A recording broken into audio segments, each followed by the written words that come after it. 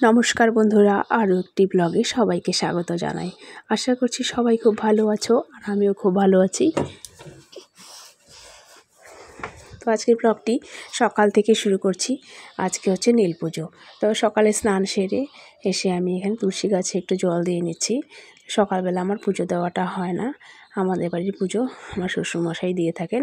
যদি কোনো দিন সময় করে উঠতে পারি তাহলে দিই, তাছাড়া হয়ে ওঠে না। তো সকালবেলা স্নান করে বা যখনই স্নান করি না কেন তুলসী গাছে একটু জল দেওয়ার চেষ্টা করি। তাছাড়া বেশি পুজো পার্বণ আমার পক্ষে হয়ে ওঠে না। আমার যেহেতু ছোট বাচ্চা রয়েছে এবং সংসারের কাজকর্ম নিজে হাতে একা হাতেই করতে হয়, আর আমার হাজব্যান্ডকেও তাড়াতাড়ি সকালবেলা খাওয়াটা করে দিতে হয়, ওই জন্যই হয়ে ওঠে না। তো সকাল সকাল রান্নাবান্নাও চাপিয়ে দিয়েছি।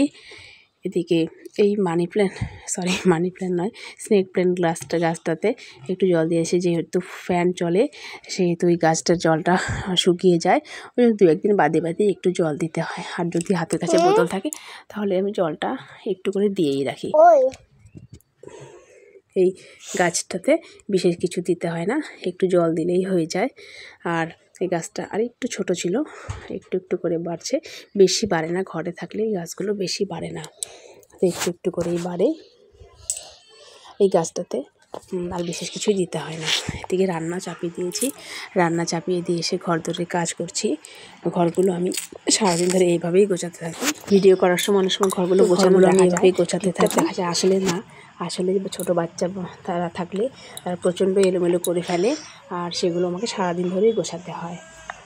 তো রান্না চাপিয়ে দিয়ে বিছানাটা তুলে নিয়ে আমি একটু জল খেয়ে নিচ্ছি। এখানে সকালবেলায় আমি একটু জলটা খাই, জলটা যদিও বসে খেতে হয়, এই জন্য বসে খাচ্ছি। আর সকালবেলায় বিশেষ কিছু এখনও খাওয়া হয়নি, আর একটু রান্নাটা এগিয়ে নিয়ে যাই, তারপর হচ্ছে কিছু খাবো, কারণ রান্নাটা আমার সকালই করতে হয়। এদিকে সকালবেলা ছেলে ঘুম থেকে ওঠার পরে তাকে ফ্রেশ করে নিয়ে আমি একটা মোয়া দিয়েছি।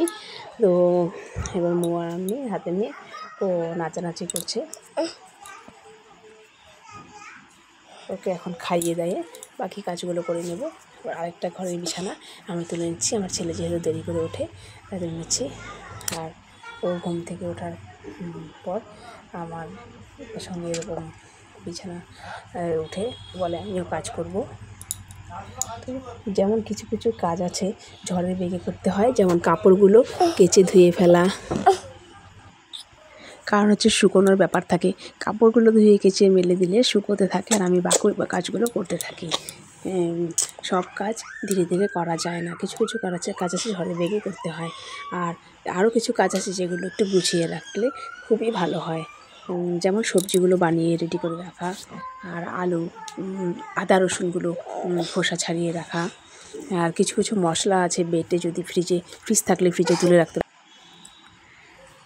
হয়, তাহলে কাজটাও খুব সহজ হয় আর পরিশ্রমও হয় না, আর ঝটপট যে কোনো একটা কিছু রান্না করে ফেলতেও পারা যায়।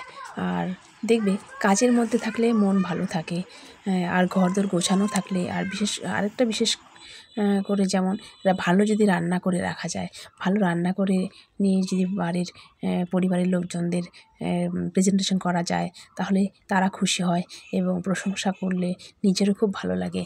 আর ভালো রান্না, ভালো কাজকর্ম এবং শরীর যদি সুস্থ থাকে তাহলে দেখবে মন ভালো হয়ে যায়।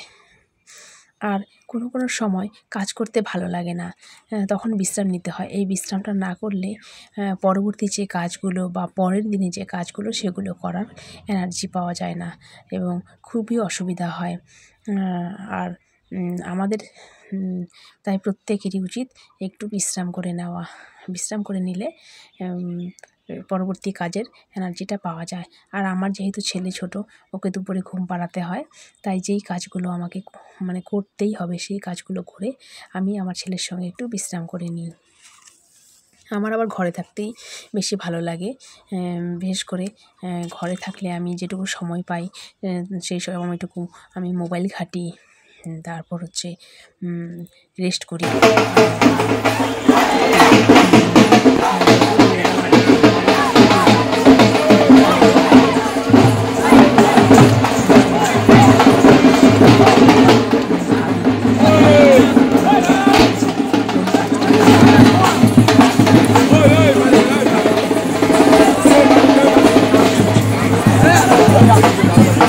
নিজেকে মাঝে মাঝে